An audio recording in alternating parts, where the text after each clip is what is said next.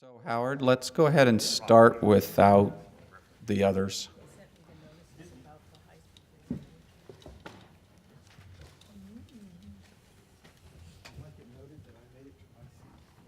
Okay. The clerk can note that Howard made it to his seat before Rod. So, Clerk will disregard that inspection. okay, It's true. let's bring this to order. Please do the roll call. Chairman, Here. Director Tate, Here. Alternate Director McAllister, Yep. Director Miller, Here. Director Seeks, Here? Director Gibbons, Here. Director Bruins. Here. And I'll note that Vice Chair Harney, Director Corrigan, Director Griffith, Director Craig, and Director Cortese are not present. Okay, thank you. The first item in our agenda is going to be closed session. Before we have closed session, we take comments from the public about the closed session, and the title of the closed session is Employee Performance Evaluation for the Chief Executive Officer. So would anybody like to make public comment about that closed session item? Okay, seeing none, then I will close the public comment, and I see Director Griffith coming. We will now reconvene. We'll convene. We'll convene to closed session in conference room C. Another person to announce. And Director Corrigan also is now here. Okay, so.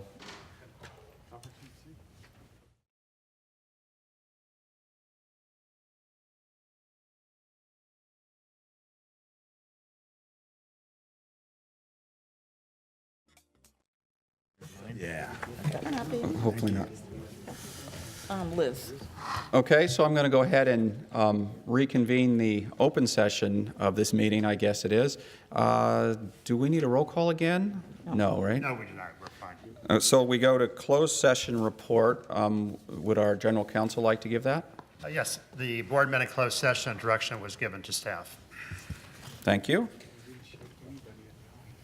So the next item is public comment, which we usually do at the beginning of the meeting on any items not on the agenda. Would anybody from the public like to speak? I don't have any cards. Seeing none, I will close the public comment. And in the past, I've said I would try to set a goal for the meeting length, so that we're all kind of trying to work towards that. I think tonight's agenda is reasonably short. Thank everybody for their patience, us getting here a little bit late. Closed session was tough to wrap up a little bit. I'm thinking that the rest of this we can get done in under an hour, so that's kind of my target. Well, you can help move it along with crisp comments. Let's go. So the next thing on the agenda is our consent calendar. Would anybody like to make a motion or comments? So moved. Seconded. All right. And I assume nobody wanted to pull anything. All right, all in favor? Would anybody, thank you, would anybody from the public like to pull an item from the consent calendar? Seeing none, I will bring it back for a vote. All in favor? Aye. Any opposed? Unanimous for everybody that's present. All right. So our next agenda item is the Executive Committee report, which I will give. So the Executive Committee met on April 25th and discussed items including the energy risk management policy and an introduction to the strategic plan. And then based on our feedback, staff has made revisions to those items that are going to be presented later tonight. Would anybody else like to make a comment about our Executive Committee meeting? No? Okay. It was a good meeting. It was short. So I will close that item and move on to item number 3, CEO's report. Thank you, Mr. Chairman. Can everybody hear me okay? Yes. Good. First item to report on a number of us, actually a couple of staff members, as well as Director Howard Miller, made a presentation to the city of Milpitas highlighting the benefits and value of being a part of the CCA and also given Milpitas the steps by which they can become a member. And eventually, the City Council of Milpitas directed the city manager and the city staff to look into the options that Milpitas will have to become part of the CCA and return back to the council with a report. I'm not sure exactly when, but I'm assuming it will be in the next couple of months. They wanted to consider all options, not just that. Yes, that's correct. What options do they have? So the options they would have, obviously, are any of the adjoining things. So Alameda County, San Jose, us, or they could create their own CCE. Second thing I wanted to report on is something called the power allocation methodology. This is the investor-owned utilities have got together with the CCAs to figure out a way to deal with the PCA. That's the power charge allocation indifference charge. And we worked together for about 6 months to try to figure out a way to make the PCIA work better for everybody. At the end, the investor-owned utilities decided to propose a different methodology altogether, which is really a lot worse than the PCIA as it exists. A full description of that methodology as well as the history of the PCIA is included in my report in a couple of pages. I would invite you to read it. And if you have any questions about it or a question about what we intend to do, please give me a call, or also you can call Hillary. She pretty much on the top of that topic. The board of Cal CCA met last week and decided to fund an amount of money that will help us deal with the PAM, will help us work with the CPUC, bring in lawyers, witnesses, and what have you, just in order to combat what that proposal looks like. The amount of money that the board approved is about $1 million that will be allocated to all the members on a per size basis, and our portion of it will be about $200,000 to be funded over 2 years. And we're going to start making that collection. First, I'm going to come to you asking for those funds to be available, be made available to Cal CCA. Then we'll begin to fund the operation of how to combat the PAM. Again, we'll talk about that this Friday when we do the workshop. This is the other thing that I wanted to report on. This Friday we have a legislative workshop. It starts at, I believe, at 10 o'clock from 10 to 2. And we're hoping that as many of you will be there. It should be a very interesting one, and will help us figure out a legislative platform that in the future we can use in order to decide on which positions to take regarding the number of legislation that we have on the books today. And is the workshop open to the public? Yes. Yes, yes. Finally, I wanted to report on one customer that we have, one of our large commercial customers that decided to opt out. They've served that notice a couple of weeks back, and we have been working with their staff diligently to try to find a way to kind of bring him back and have him work with us. We think this is definitely beneficial to them as it is beneficial to the community. We're going to continue to work with them, and we'll do as best as we can. The last meeting that we had with them, they said that they would like to take the rest of 2017 to look at 2018 very closely and see if they would want to come back in 2018.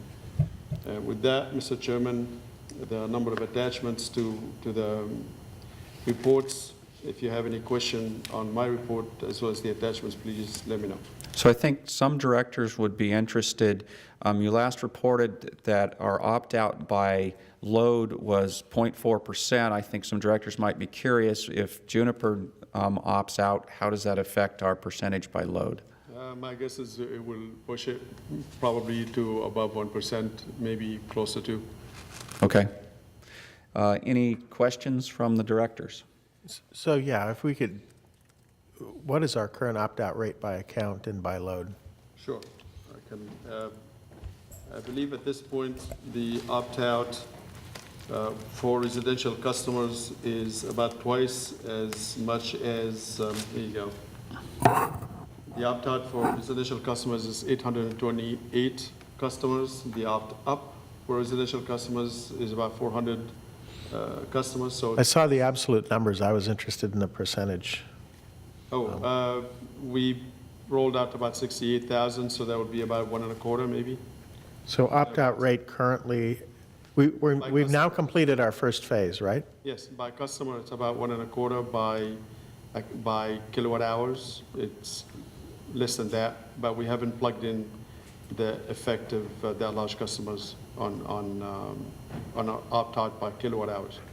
Once you've closed on exact numbers, would you mind sending out an email to the board members with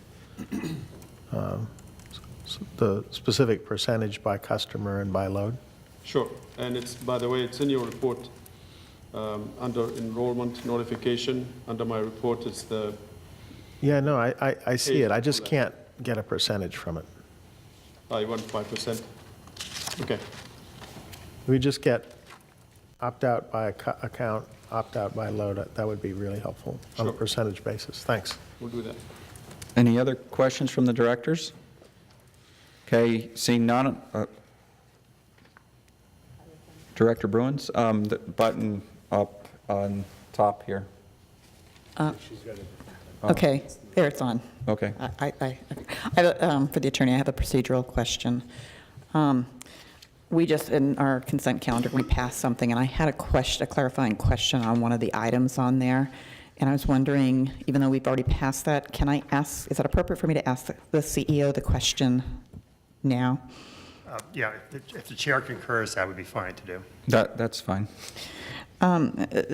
We passed a policy dealing with delinquent accounts and collections.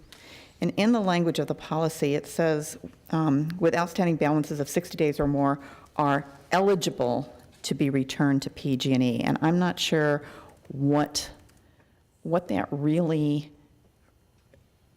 means in terms of they're eligible, but what are we actually going to be doing? I think for residential customer, we'll basically opt them out.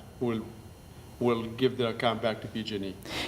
So the reason I ask is that 60 days, I hear more and more stories about when all of us do things on auto pay, and it's auto pay and it's on a credit card, and then all of a sudden that credit card expires. And if we have not maintained the currency of our information, our contact information with whatever the utility might be, sometimes people aren't aware because the utility hasn't been able to reach them, change of email, wrong phone number, or what have you, and they don't know until their service is cut. Their TV is cut, and then they call the company and they said, well, your credit card expired and we had no way of contacting you. So I'm trying to understand, is it really in our benefit to really boot them out of our system versus, because at 60 days, if I understood it correctly, PG&E then would cut off would they still cut off our customer service at that point?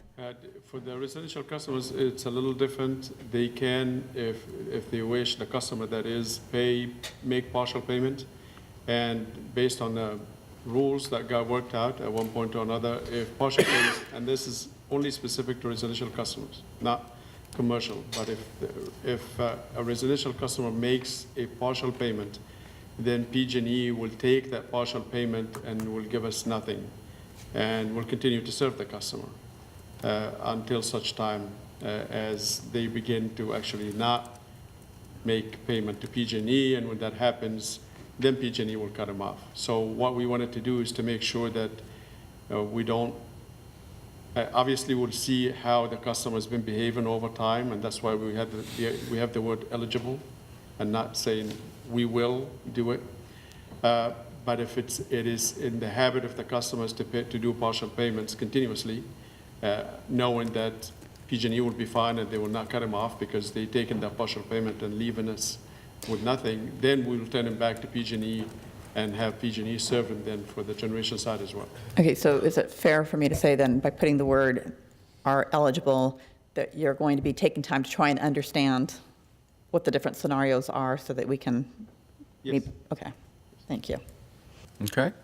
Any other questions from directors? No? Okay, so let me open up the public testimony for the CEO's report. Would anybody from the public like to make a comment?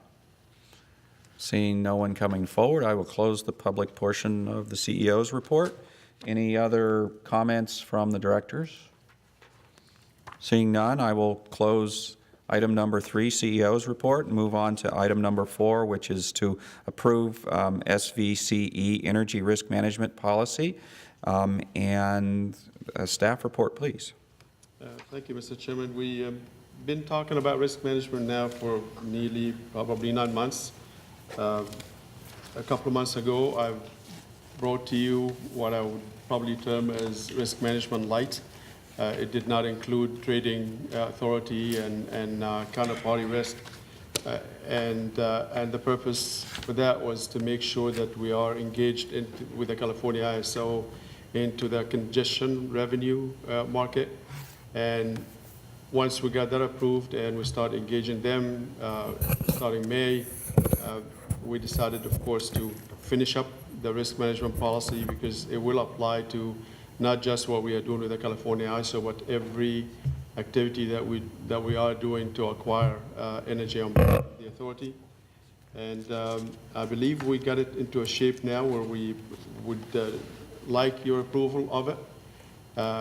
And know that the Energy Risk Management Committee, the Risk Oversight Committee has been formed, has met for 3 months in a row now, and we are all coming up the learning curve on finding out what the open position is and what's the value at risk and what position that we are required to close and in what terms. All these things we're learning about collectively, and the Risk Oversight Committee is doing a great job so far. They're asking lots of questions, and we're all coming up the learning curve. So with that, I would like your approval with the understanding that there will be additional procedures on the risk oversight, on the risk management policy eventually that we're going to develop as we move along in the process.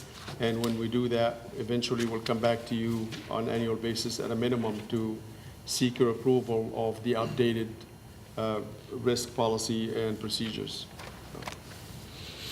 All right. Mr. Chairman? Thank you. Answer any questions?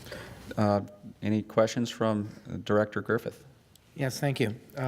Page 5 talks about the front office, the middle office, and the back office. For SVCE staffing, is every position clearly assigned to one of those 3?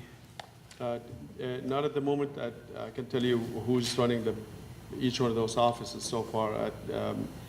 Myself is working the front office. That's the trading function. It's all the work that's been done by the supply, that working with the suppliers in order to fill any open positions that we have.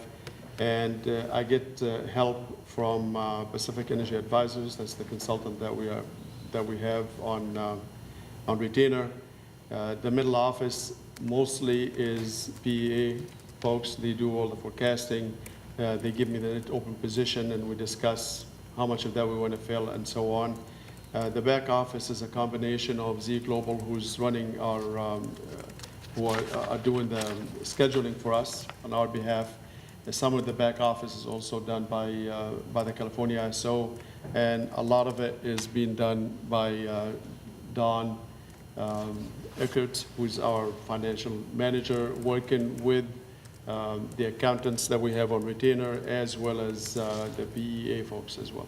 Okay, so that answers one of my future questions, but it raises, but I still have one that remains, which is, are there any cases of staff that serve in more than one? One of the offices? More than one of the 3 offices?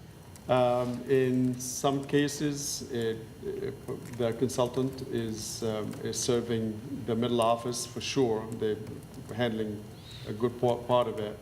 And and they are helping me in the process sometimes to do the trading function.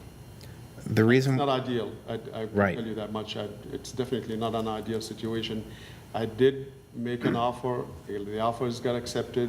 We will be able to bring in a manager of compliance, and that would be a great deal of help in the power supply side. absolutely, the reason why this comes up is if you look at the roles of the different offices, different offices have oversight over other offices, and having somebody in the position of being in two raises a risk. Absolutely, I Okay. agree. Next up, page 13, section 6.5 says, there it is. 1, 2.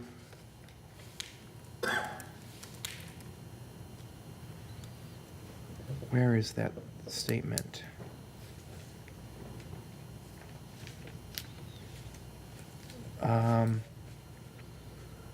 There, the second to last bullet.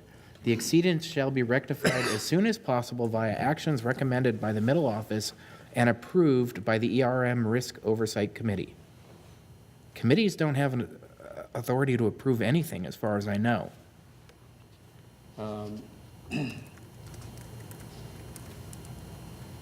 If we have an action, if you suggested that we bring the action to the board, it may be some time before we can, but we sort of relying on the oversight committee to make some decisions and help us along the way. At the very least, it needs to be ratified by the board, because I don't know of another instance where a committee has any kind of approval authority.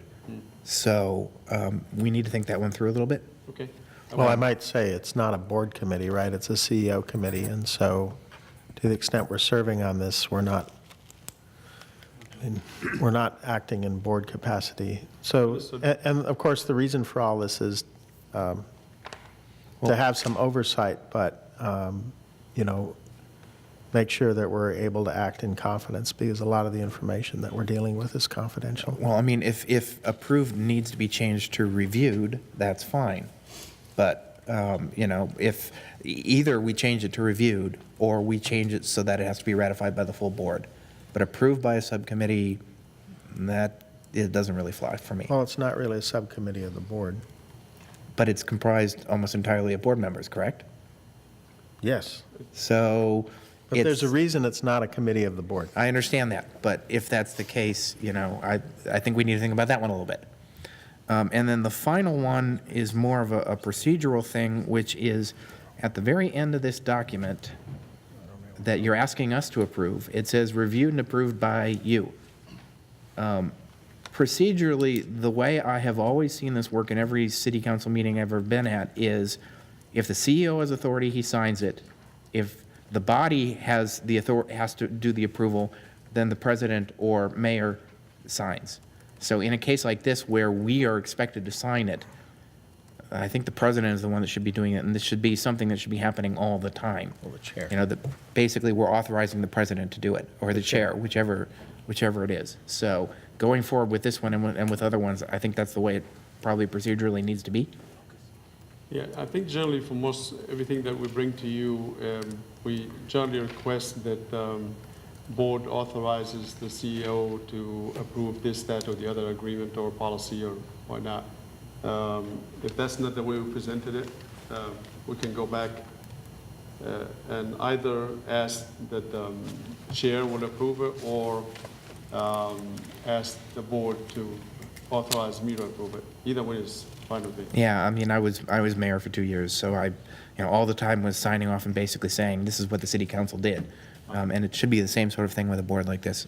Just procedurally, there have been a couple of cases where I've been a little nervous where it seems like we're not doing things in sort of the traditional way an elected body does. And while we're not directly an elected body, we're still a representative body, so the rules should generally sort of apply. So that's all I had. You bring in a good point. I'll just ask Andrea to take my name out, put the chair's name.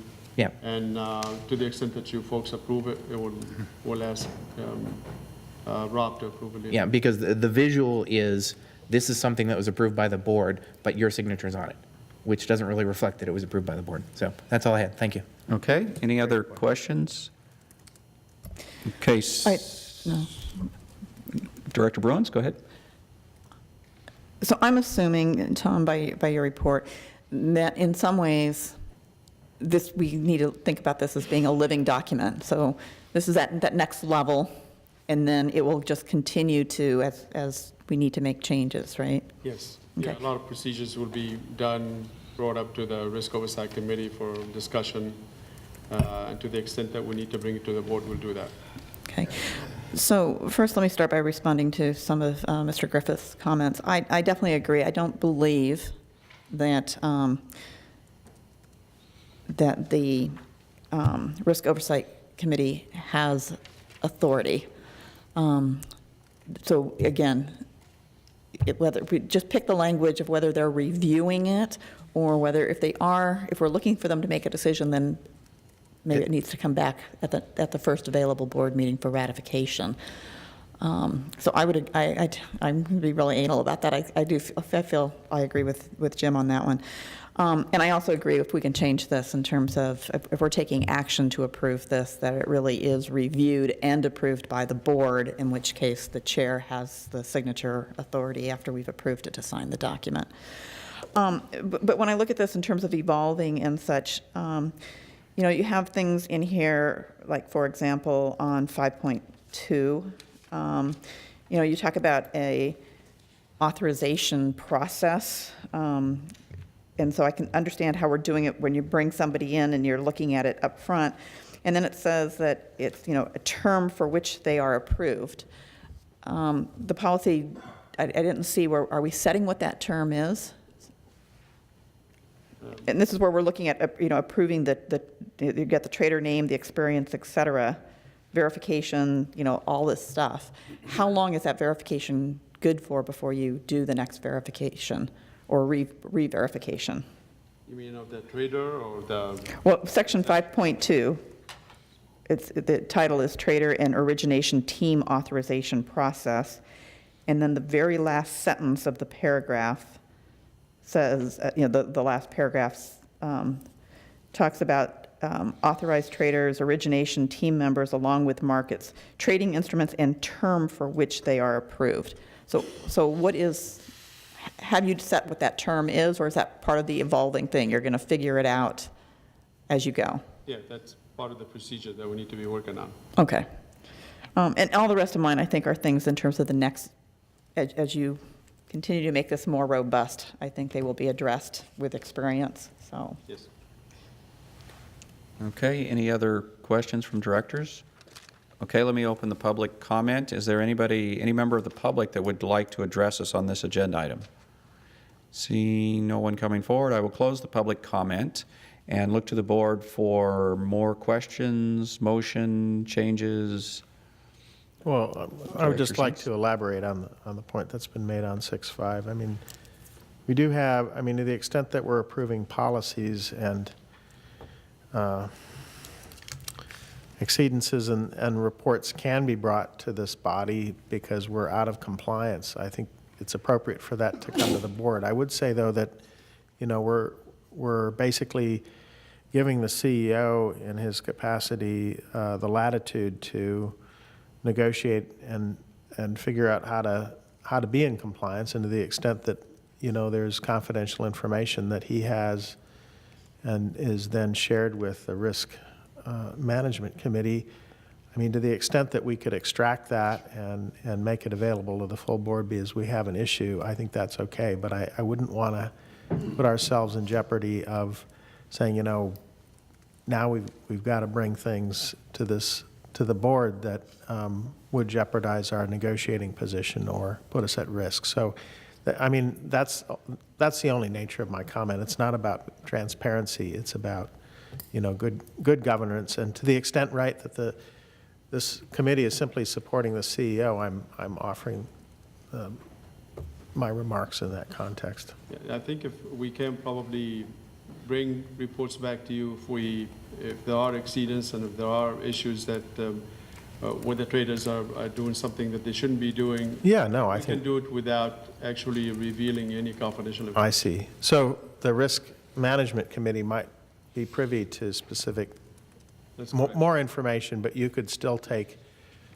certain information and bring that to the board. Yes. Got it. That sounds like a good answer. Director Miller?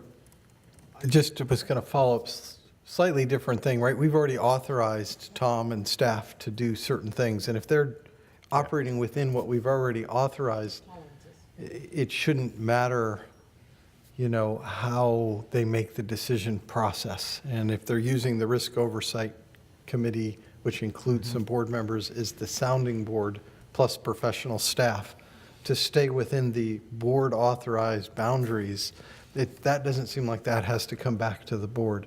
If there's any case where they don't have the authority of the board to be making those things, then absolutely all of those have to come back, because then we have to vote as a whole. Yeah, So I Director think Miller, I think what I've heard from Director Griffith is that if the staff does something that they're not supposed to do, they've exceeded their authority, they've done Yeah. something that they shouldn't have done, then some report need to come back to the board, and I think that's reasonable. Absolutely. I think it's just how we define the line is all I was saying. We should make sure you have the capability to run the day-to-day operations in an effective and efficient way, and we're clear on what's an exception and what's not.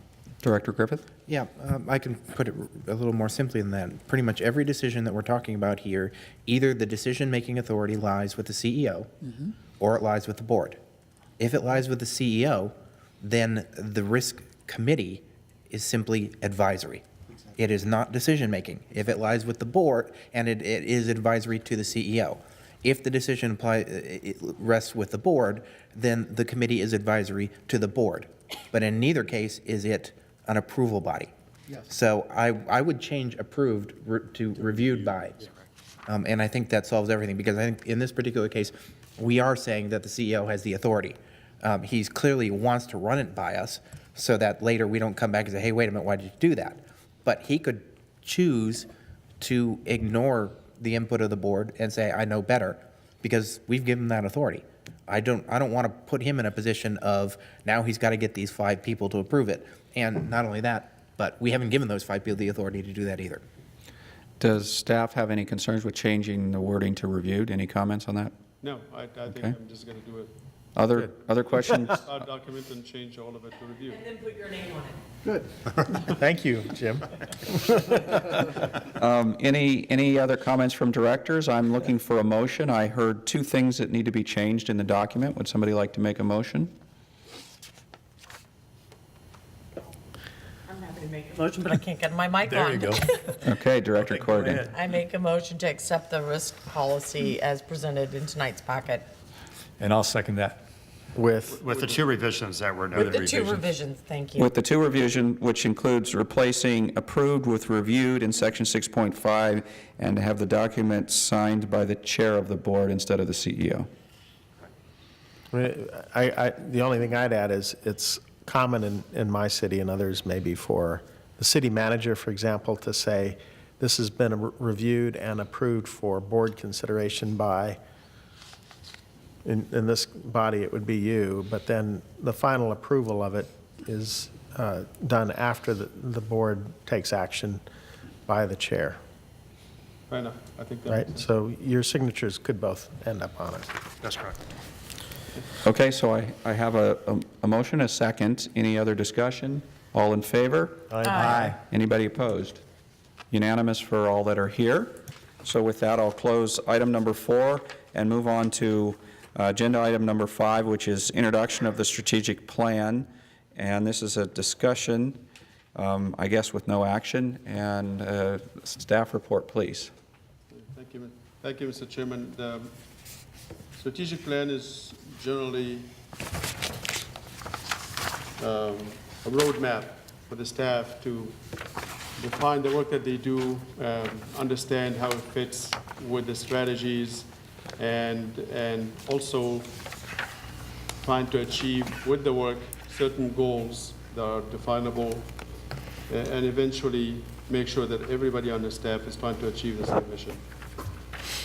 The mission that we have, which of course is subject to your input if you wish to make any changes to it, is to reduce dependence on fossil fuels by providing carbon-free, affordable, and reliable energy, as well as innovative programs for the SVCE community. Basically, what we're trying to do is to reduce greenhouse gas, do it in the least possible cost, and also make sure that the operation of the system or the grid is not affected by the action that we take. Generally, any organization, and I do believe that any organization exists for the most part to serve three constituents, and those are the customer, the one that buys the product or the service, the investors, in this case the cities, who decided that they want to do something beyond what's, with their electricity beyond what's being done already, and they decided to invest their money to do that. And finally, the workers, the people that come into work every day and do and try to achieve the mission that is set to them by their investors. There are, of course, a lot of other folks that we serve, but those are mainly what I believe are the three constituents that we try to serve. And so the staff got together and did a bottom-up approach and got together in about 3-4 different meetings, a couple of hours each, and built this strategic plan. Everybody in the staff was involved, and we got a lot of help and facilitation actually from Melody Dovar. So thanks to Sunnyvale for lending us Melody one more time. So I'm going to go through the goals that we have generally, and not talk a lot about the actual day-to-day work or the tactics, but just talking about the goals. Our first goal is to, and I'm starting with ourselves, because I do believe that if you're not good to yourself, you're not good to anybody else. So we want to make Silicon Valley Clean Energy the best place to work. We certainly want to encourage innovation. This is really an opportunity for us to do that. We're starting some from scratch, and we want to make sure that the staff is free to think and come up with ideas that will make this organization better and serve the customer better. We want everybody on the staff to be engaged. So far, we did the strategic plan together. We actually getting together again to talk about some of the changes in policy that we're going to be doing over the next couple of months. We certainly want the staff to be healthy, although Alan is not helping us a whole lot because he brings donuts every morning. And we're going to work on changing that. Salesman. And we definitely want to reward the staff. You have been quite generous to the staff in terms of compensation, and we want to continue that in the future. Any organization really can hope for lots of things, but unless they have the money to back it, their hopes are just going to be crashing fairly quickly. So we want to be financially viable. We are looking for an A rating or A+ rating, hopefully within 3 to 5 years. And that, of course, requires that we have healthy reserves and that we are doing and making the right decisions over the next number of years that will appeal to those rating agencies. Definitely want to be solvent, so over the next couple of years we should be able to push aside in reserves quite a bit of money that will equal roughly about 40 to 50% of operating reserves. And we want to have stability in our rates to make our customers happy and keep them with us in the future. For the community and for the customer, I know from asking the customer for 20 years, what would you like best, that they always talk about price and reliability being the top two things, always. I've never seen them fall to number 3 or any of these two fall to number 3. It's always reliability and rates. Then, of course, they want programs, they want to engage with us, they want a better environment. All these things are definitely on the top of the list. But competitive rates is very important, especially for our large customers. We want to build a brand that the customer will trust eventually. we want the customer not just to trust us, we want them to love us. We want them to actually work with us and come and ask as many questions as they want. We want to engage with them at all times. And finally, the thing that I know that all of you want, all the cities want, which is reduction of greenhouse gas, which again is right there up in our mission. On the regulatory and legislative front, this is a very important area, and we definitely want to leverage the political capital that we have. We want to leverage our politicians, but we want to work very closely with the California CCA, all the other seven operating community choice energy, and we have several also coming in the next couple of years. It's very important to work with all of them because we are not able to give money to people, to politicians as campaigns. The only way we can overwhelm them is with our elected officials. You, folks that we have in Sacramento, are very important to kind of get the word out and work with us in order to help us to stay in business. There are a lot of tough guys out there that are trying to push back against the formation of CCAs. And again, without the elected officials that we have, we will not be able to fight them back. Of course, we want to advance our agenda, and we want to have a leadership role in Cal CCA. And actually, we started, we have now a number of committees on Cal CCA. One of them is regulatory, which is going to be a very important committee, and we got Hillary to chair that committee. So we got somebody in the top ranks, and she'll certainly be very, and I know she's very capable, and she's going to be very helpful for all the other CCAs as well. On the power supply, which constitutes, as you will know by now, about 90 to 95% of our operating expenses, I can't tell you how important that we one, continue with our 100% carbon-free, but that we need to do our decisions when it comes to acquisition of power supply very smartly. We need to kind of stagger the buys. We want to make sure that we diversify with the technology, with the suppliers, and continuously refine our strategy in order to make sure that we always stay with the 100% carbon-free, but also are not putting all of our eggs in one basket in any way or the other. Finally, information technology. Yeah, the easiest and the fastest I can say about that is we need to be make sure that it's secure, and the information, the customer information, is guarded very closely. With that, Mr. Chairman, I'll stop. This is for discussion. We would like to bring it back to the board for approval next month. Okay, any questions from the directors? Director Griffith? Yes. Let me start with the easy one. In our mission statement, it says reduce dependence on fossil fuels by providing carbon-free, affordable, and reliable energy. PG&E is an energy company. We're an electricity company. Does it make more sense to change that to electricity? Yes, of course. Okay. Second, and this leads into my more specific questions, who's the intended audience of this? Is the intended audience us, the staff? Is it the customers? Is it residents? Who's intended to be reading this? Who's intended to be taking this in? I mean the strategic plan? Yes. From my vantage point, it's very important that it is, it's 95% of it is for the staff.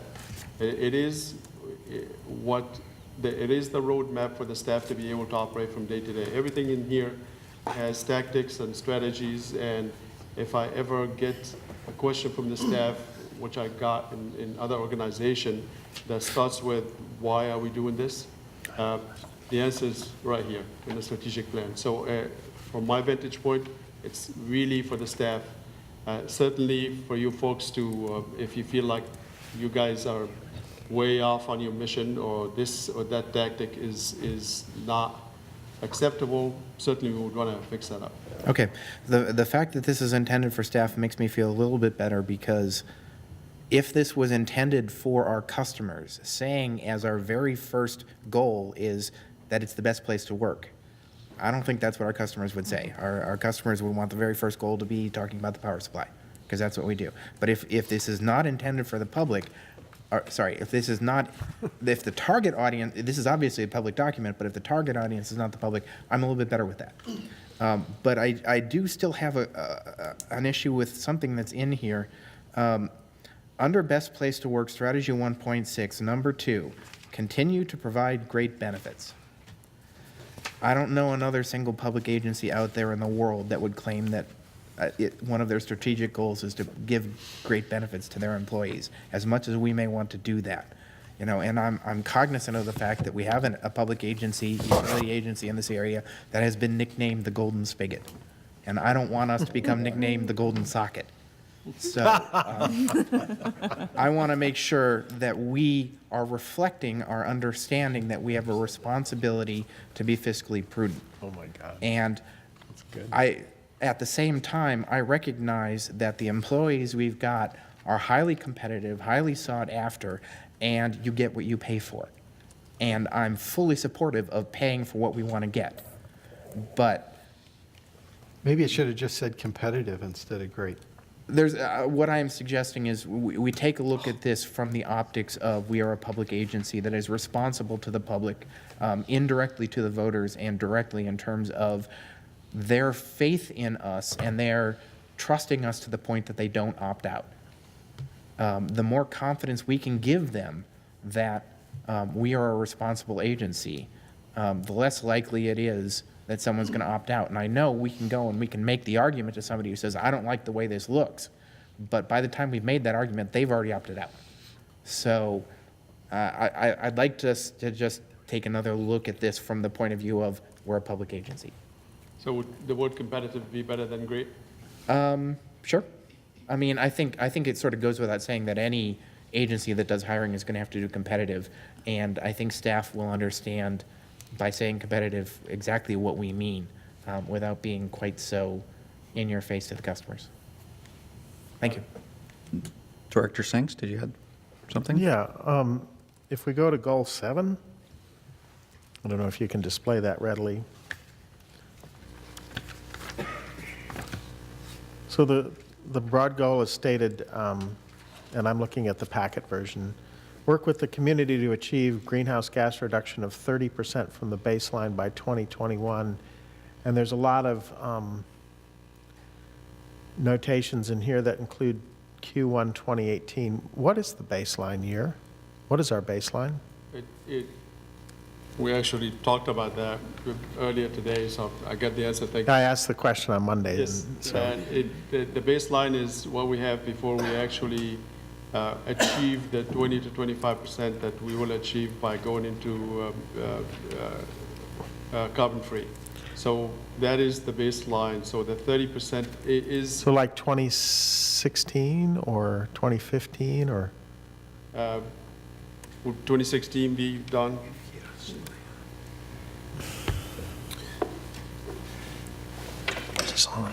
I mean, I'm interested because, you know, when I read this, I was Name, please. seeing 20, Name first, please.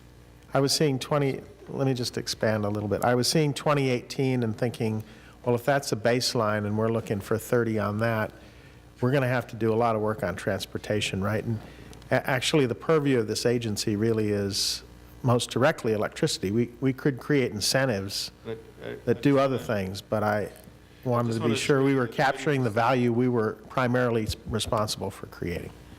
So, So the thought on this was to have the baseline, as Tom said, be before our service goes live. Okay. And what we wanted to do was, and we've started this, we've now had 3 meetings with sustainability managers for the respective communities. We want to establish a pre-service launch baseline. That baseline may very well just be a collection of inventory data from respective cities as of a logical point in 2016. time. Right, and it may be 2015, it may be 2010. The inventories haven't moved an awful lot. This is a great big movement against that inventory. So 30% would represent additional improvement above what we'll achieve going live with the Just system. to be clear, Director Sings, that 30% is inclusive Of the value we're bringing. 25% that we expect to do by going carbon-free on day one. And Or we have an additional Okay. 5 to 10% that we want to commit to doing by the year 2022.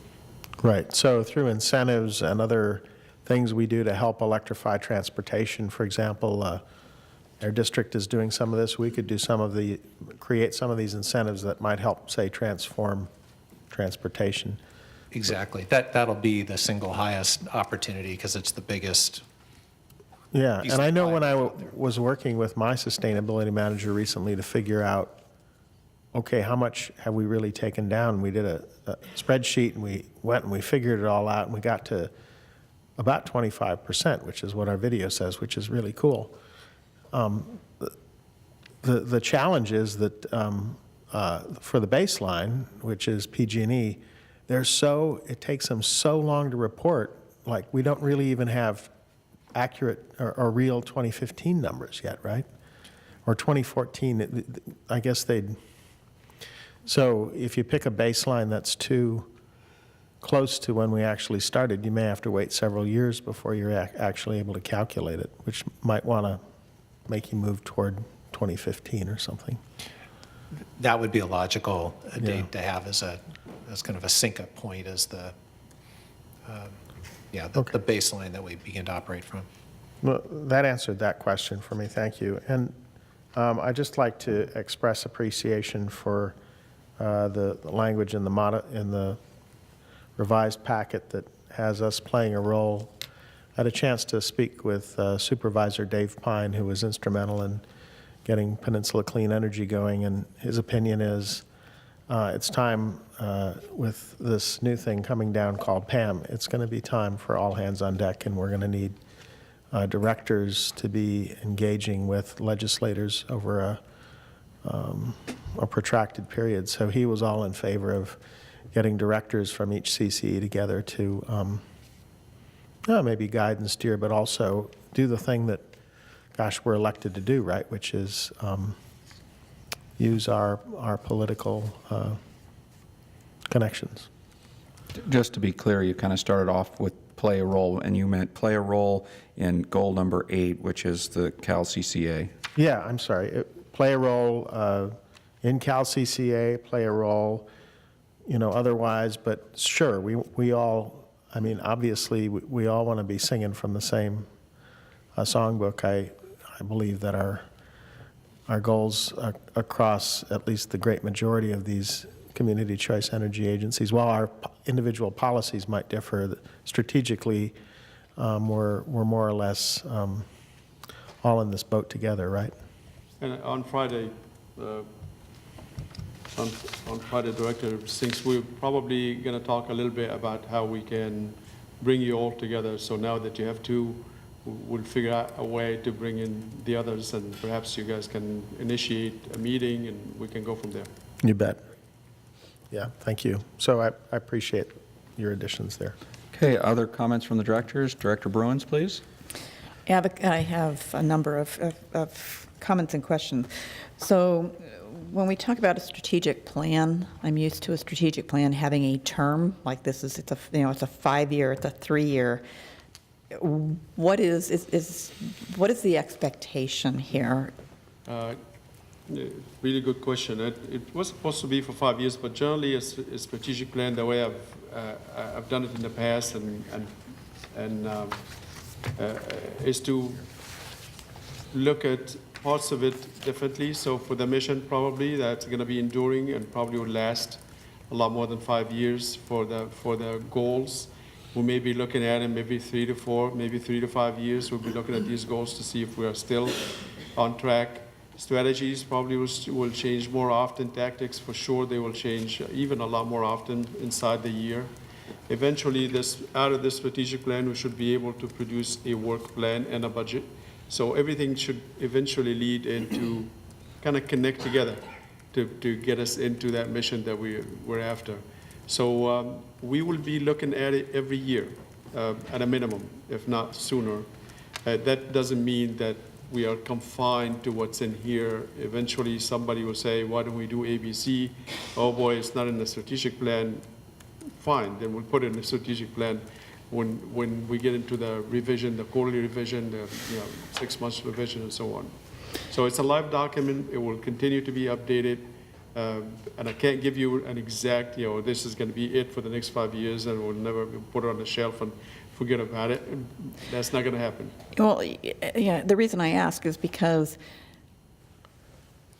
if this has a time frame on it, and let's say it's a 3-year strategic plan, I would say maybe you're biting off more than you can chew, and maybe what really needs to happen is, of all the things you could be doing, do a little bit more prioritization. So to say, these are the strategies we're picking off, and then later we know what our next step's going to be, because otherwise it just seems like it just seems a little bit overwhelming in some ways.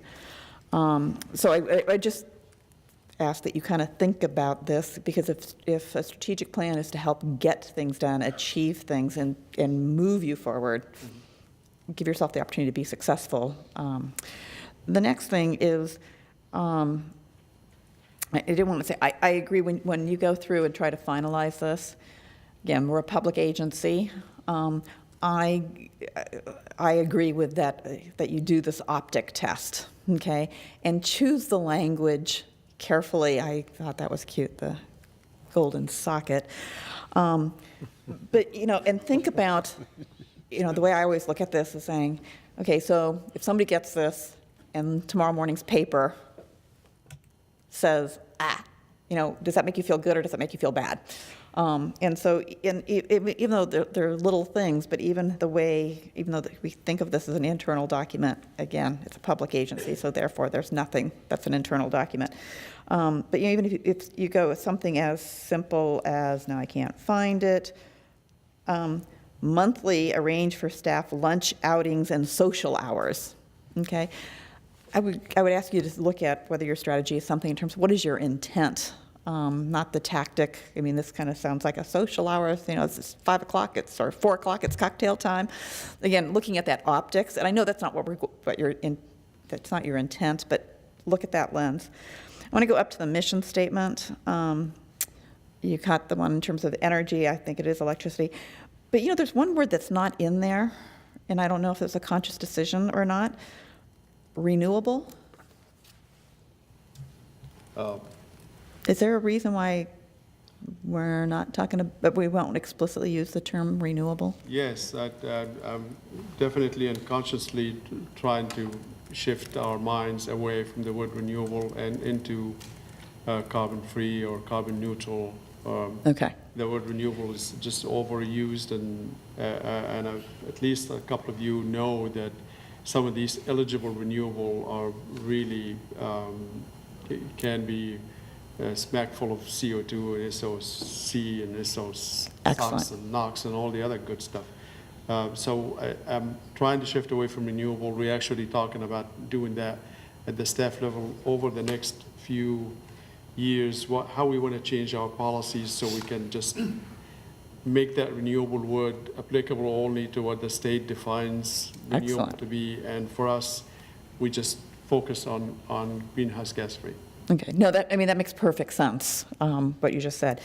You also use some terms in here that I'm not sure what they really mean, and I don't think you need to go through and explain them, but like employee engagement, I don't know what I know how to measure employee satisfaction. I don't know how do you measure employee engagement, because I'm not sure what that is, and so I don't know if that. I'll stop you and ask Alan to stand up and explain this one, because I was talking satisfaction. He said, no, we're not going to do satisfaction. We're going to do engagement. I would assume engagement just means that they are engaged in the process. They are part of it. But Alan, please. And they take part of the donuts. They're eating the donuts, okay. Let's keep my donuts out of this. Okay, Alan Solomon. Actually, it may mean the same. Anyway, employee engagement goes way beyond satisfaction, because A lot of times we've done studies about what employees can be more productive more as they are more engaged. They could be satisfied and less productive or less loyal and less valuable asset to the company. So an engaged employee is an employee that kind of dedicate their time and effort. They look forward to work. They are engaged with their fellow employees.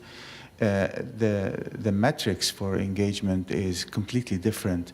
It kind of overlaps some with satisfaction, but it has a lot more meaning in gauging a successful company have engaged employees. And there's a lot of studies on that, and that's what we chose to pursue an employee engagement. And there's a lot of metrics around it as well, and we're planning to kind of pursue that. I'll look forward to seeing how one measures employee engagement. You're introducing some new language in here, which intrigues me. And so the other one is, achieve customer awareness. I don't know, I don't know what that means either. And particularly when I look at a utility, I have to say, sometimes it's like, isn't that the thing you take for granted? Well, to answer, awareness is different than customer satisfaction or customer engagement or customer reach. Awareness is the ability to actually understand why we're here and why we're doing what we're doing. So for now, our baseline is almost zero. No one knows who we are. And we need to work on that. That's part of our goal. As we gain customer awareness, we are gaining customer loyalty and customer and net promoter index. There's a lot of metrics that we can use for that. But our first step is to get to the customer awareness, to know who we are and what we stand for. And then you gain customer loyalty and support by then. Okay, so I understand the intent. I'm just, it's up to you guys in terms of what you're doing there, so. Yes. And customer awareness also can be measured on programs also as well. For example, if we have a program to promote charging EVs at certain times, if we measure our customer awareness with that program, that's a great success.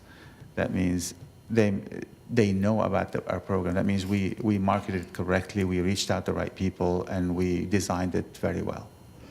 Yeah, which kind of leads me, thank you for that one.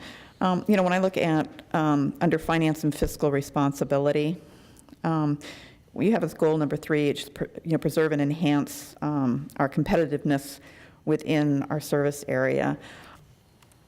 For me, I guess I look at that and say that's really, when we're doing that for our customers. And so I would say that should be incorporated into the customer and community, because then you can expand that to also talk about, as a customer, when I think about competitiveness, it's not just about whether or not what I'm paying per kilowatt hour, how that is.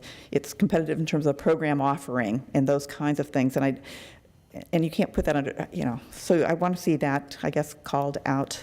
Would you be kind enough just to tell me which section you're at? Because So, I thought sorry. we had that. I'm on it's page 2, goal number 3. Got it. I guess for me, goal number 3, when I look at what the root of what you're doing, that is all about customer satisfaction. And so, whereas the finance and fiscal management and responsibility is as an agency.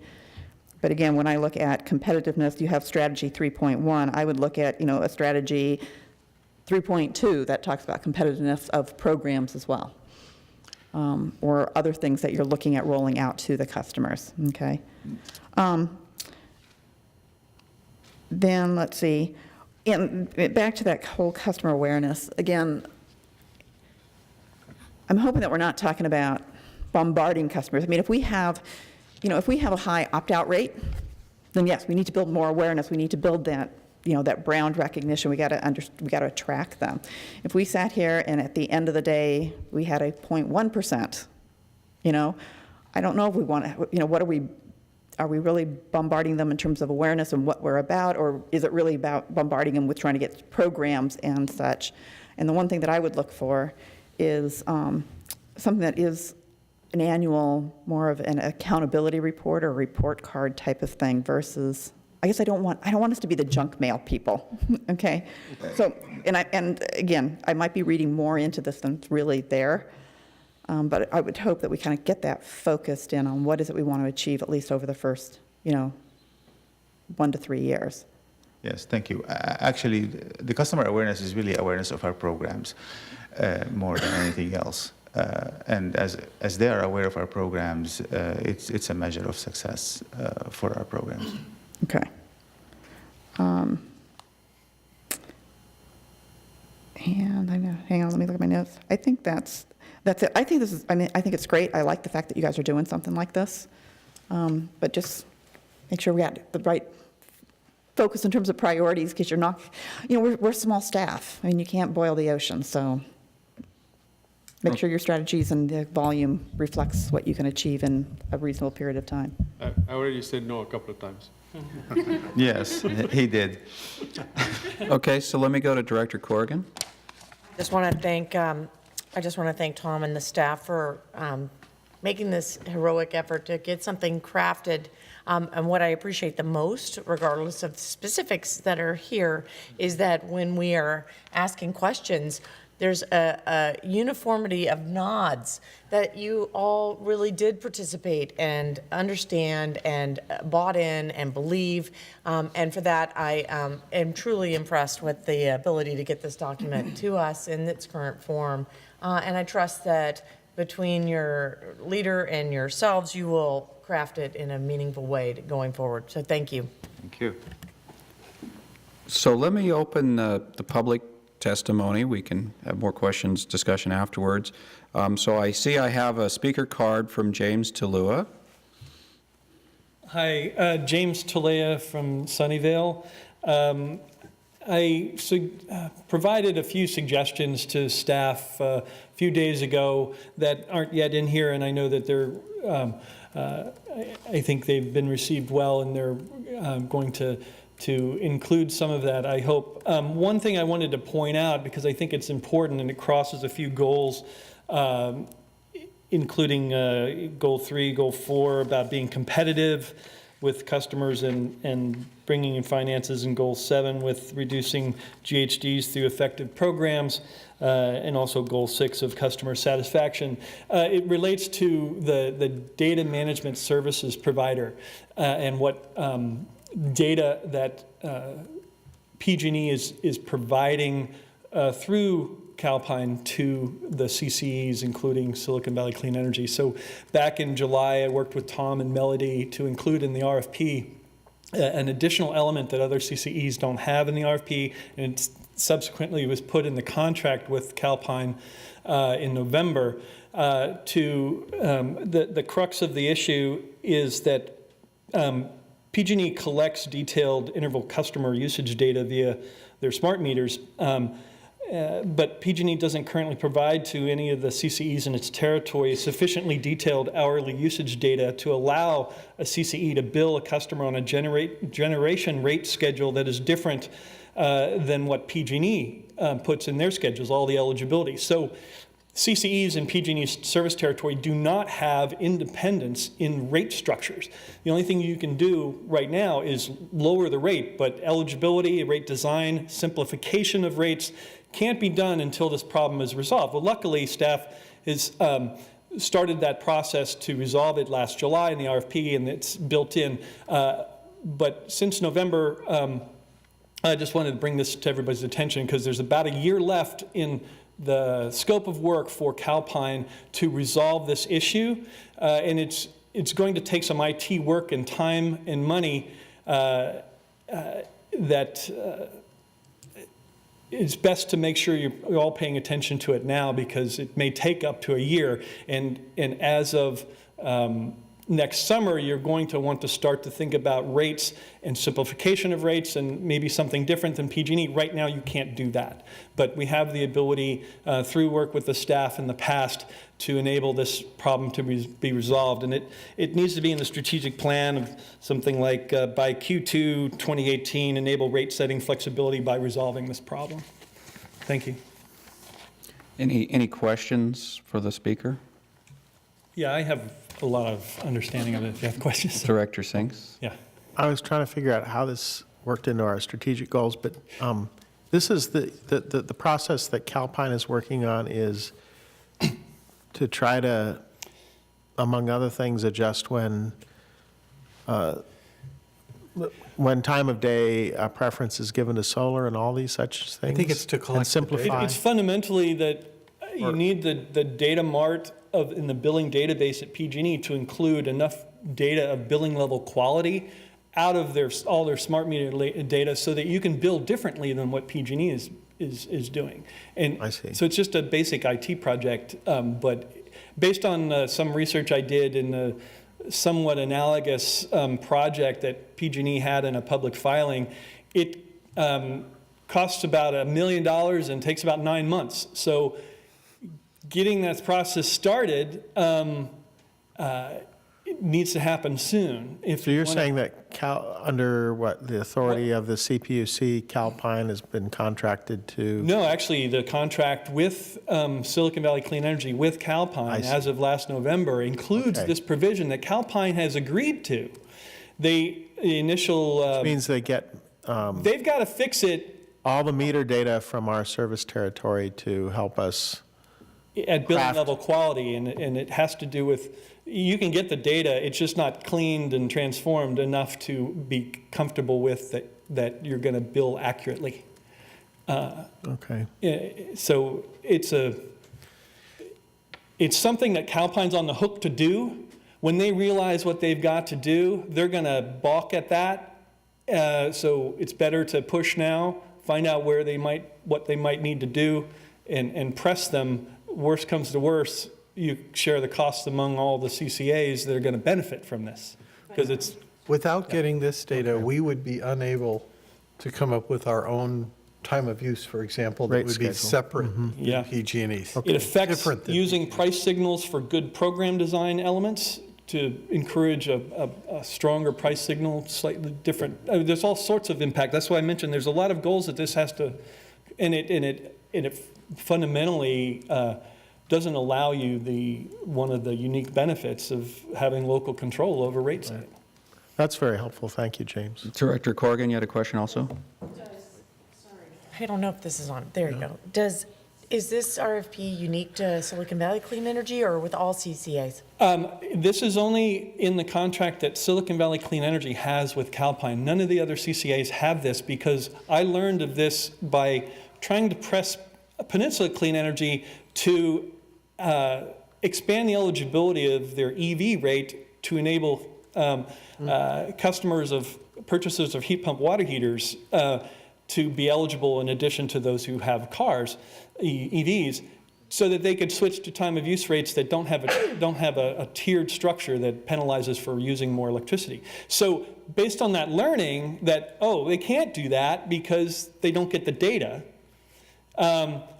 then, well, what can we do? How can we fix that here? And so we jumped on that last July. It's in the contract here. None of the other contracts include that. So Silicon Valley has the unique hold on Calpine to make this happen. Okay, thank you. Are there any other speakers from the public which to address us? Seeing none, I will close the public testimony. Would the directors like to make any further comments? We don't need a motion on this. It's just input for adjusting the strategic plan, which will come back to us. Any other comments? Yeah, Director Bruins? Courtney, thank you for your comments, because you're sitting over there, and so you have a nice direct line over here. So maybe now I do understand about this employee engagement, because it's that whole nod of the head. It's that bottom-up culture kind of thing, and I think that's wonderful. And clearly, Tom's response to something where I've already said no, it sounds like it is a bottoms-up organization. So I think this is becoming a lot clearer. But no, seriously, in terms of, I do want to say something in terms of the employees. You know, this is a small organization, and so it's wonderful because you get to capitalize on the intimacy of being such a small team. But I can tell you the one thing, when I look at this document, like I said, man, for as small as we are, it's huge. It's a huge document. But nobody can accuse you guys of being slackers. You guys are I think, ahead of, and Tom, you are creating that culture where you guys are out ahead of the board. You're not waiting for us to say, hey, what about this and what about that? You guys are on top of it, and I want to say I applaud you guys for pulling it together. And I know when I go over to the office, it's a team environment over there. So we're off to a rip-roaring start, guys. Any other comments? Director Sings? Yeah, I just wanted to add, and Courtney really said it well, and so did you, that you are, by doing this as a startup, creating culture. And your goal, you have a lot of goals. You're very ambitious. That's okay. That's what startups do, right, in Silicon Valley. So I think in the best tradition of Silicon Valley, you're forming a culture that will attract other great people. And so I appreciate not just Tom's effort, but all of your efforts in composing this and trying to live up to some really ambitious goals. So thanks.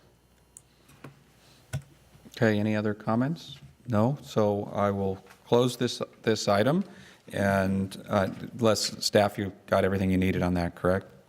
Yes, we got all the comments. We'll reflect them. We'll look at what James have offered tonight and make some changes and revisions to the document. We'll bring it back for your approval next week.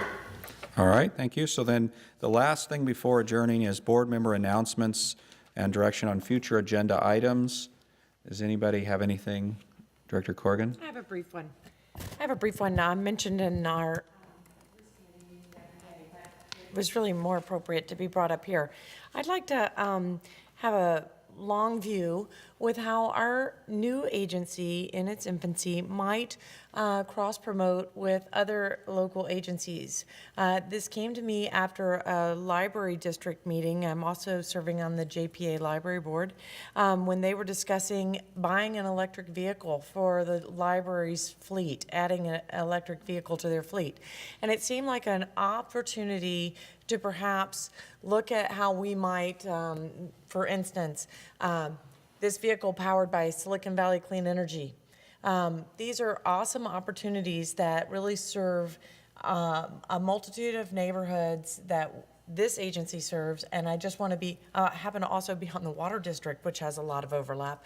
So I just kind of want to toss that idea out there for you all to start ruminating on, and perhaps agendize a discussion about it in the future, or else if there's an opportunity, perhaps reach out to your colleagues on these other boards and look at opportunities that might work for cross-pollination. Okay, thank you. Anybody else? I would just tail on to that. The Bay Area Air Quality Management District has regular grants for EVs. So you'll often see a small logo, the BACMed logo, on some of the city fleet because there's been a substantial amount of money has come from them. So I see branding opportunity for us in, especially as we begin incentive programs and other things. Our brand could appear on charging stations, it could appear on city fleets, and other things. It could appear on VTA buses, electric buses, or light rail or whatever. So anyway, I know our marketing folks in the room, I'm sure, have an acute interest in this topic. So I think it's a great idea. Okay, any other comments? So our next meeting is going to be the workshop on this Friday at 10 o'clock. It's going to be in the Sunnyvale Community Center. So with that, we're adjourned. Thank you.